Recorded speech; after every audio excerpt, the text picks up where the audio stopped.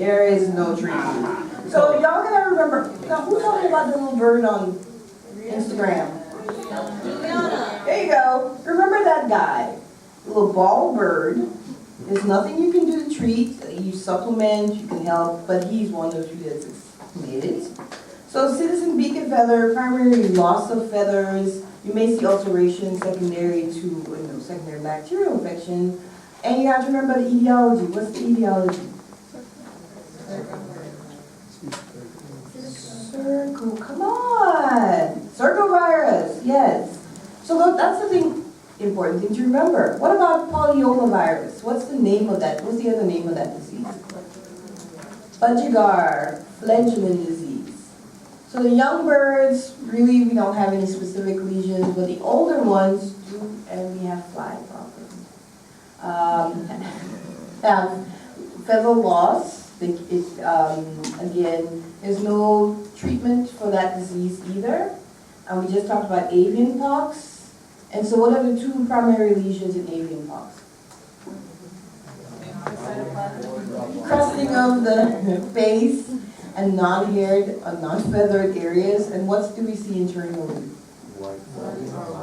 White nodules. And what are the four differentials for white nodules in a bird?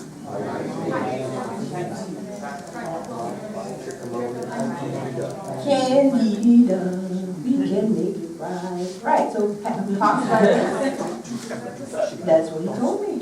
Vitamin A deficiency, trichomoniasis, and candida. Okay? This is not meant to be hard. Those are, when I review things, those are the important things to remember. I try not to do picky little, and that's another thing they tell us when we write questions. You don't pick out minutia out. That has not translated.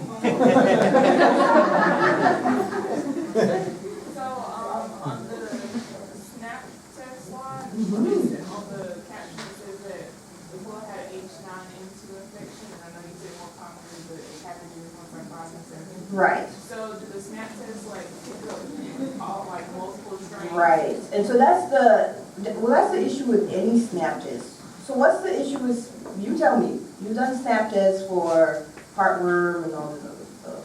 What's the issue? False positives, right? So especially when you have virus etiologies, they may be exposed, but doesn't mean they have a disease associated with it. So it can pick up other influenza viruses as well. So that could be a problem. So you want to be mindful of going beyond just a SNAP test. You're going to take the blood, not just to do the SNAP test, but to do virus isolation as well. Yeah. People? You okay? Good. All right. Any other questions? What time is it? 10:40. All right. Parasitic diseases, we won't spend too much time on trichomoniasis because Dr. Gorham goes over that. So it's not called, another name is called fronts in birds of prey. So what are our birds of prey? Vultures, eagles, yes. Anything that was, has everybody seen my little dog? I worry. Every time she goes outside, I'm like, she's gonna grab her. She's like 4 pounds. So birds of prey, I can, yeah, she's 4 pounds, and people are like, oh, it's such a cute puppy. No, it's a grown dog. That's as far as she's going. My daughter still has hopes that she will get bigger and have babies. So, yes. Do you have a picture? I do. I'll have to bring it next class. She's cute as pie. She has small dog anxiety. Works out every time. Embarrassing. So it's all, it is. I can't take her anywhere. I won't need to work on that. So it's also known as fronts and canker. I'm not going to ask you that. That's just for for cocktail hours. If you want to impress the date that you know what that is, but not really. It occasionally occurs in budgigars, and transmission is from the mom. So mom chews up the food and she spits it in their mouth, and it can cause transmission that way. Yes. Oh, so what is the Columbia form? Anybody remember? Did we talk about this? So these are your columbiforms, your pigeons, doves, those sort of birds. So it's transmitted via the parents feeding the young or ingestion of contaminated food and water. And so the lesions can look somewhat different, but in general, raptors, as we said, doves and pigeons, columbiforms, get those white caseous nodules. And budgigars typically don't have lesions, but they do increase their salivation and regurgitation. It's hard to write a question on a budgigar saying that he's increased salivation and regurgitation. That could be a number of things. It could be issuing a crop, it could be, so be mindful when you're studying. I know you're at the point where you're maybe too late. Just study everything that they give you, just eat it and then regurgitate it. That's right. But if you have to think as a faculty member, what can they ask you a question on? I most likely will talk about a raptor or a dove with those caseous nodules, and then talk about differentials and then go from there. Okay? So this is a bird having those white nodules. I'm not sure what the rest of his neck is. I think they took the trachea out, so it was kind of weird. But again, white nodules on the mucosal lining of the trachea. And this is a pretty severe case of trichomoniasis.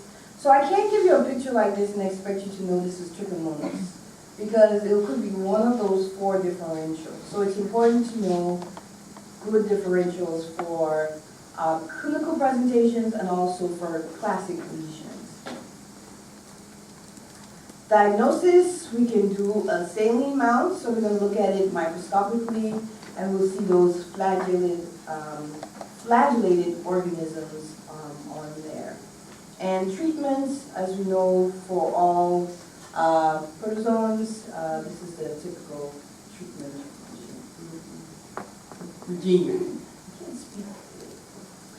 When you're doing a physical exam, you may be able to see the lesions when you look into the oropharynx. So this is a picture of the bird with his mouth wide open, and you can see these white nodules in the throat and in the mouth.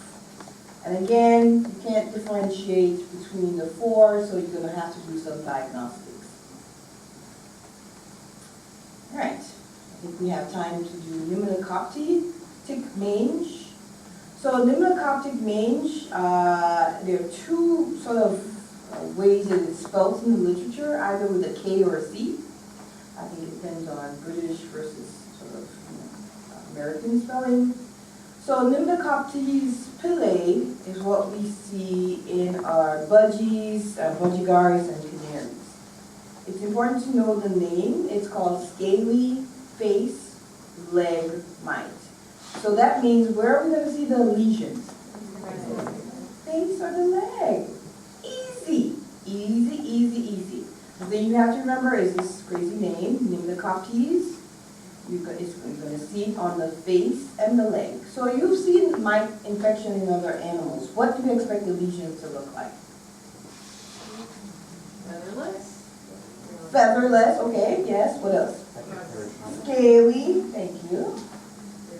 Yes, scaly, crusty areas. So you may think pox in some instances, but if it's predominantly on the mouth, face, feet, most likely that. So we'll talk about how we diagnose the 2. Birds have this disease are usually immunosuppressed. So they may be infected with a viral etiology as well, but there's something that's causing their immune system to be suppressed, and then they get this mite. So typically these mites live on the skin, no problem, until they're immunosuppressed.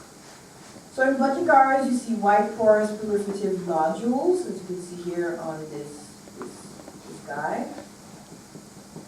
It's around the cere. So the cere is kind of like the nose for these birds, and it's an air opening right here. You may see periorbital. And even after you do treatment, it may cause severe damage to the beak and face of this bird. But that's very uncommon.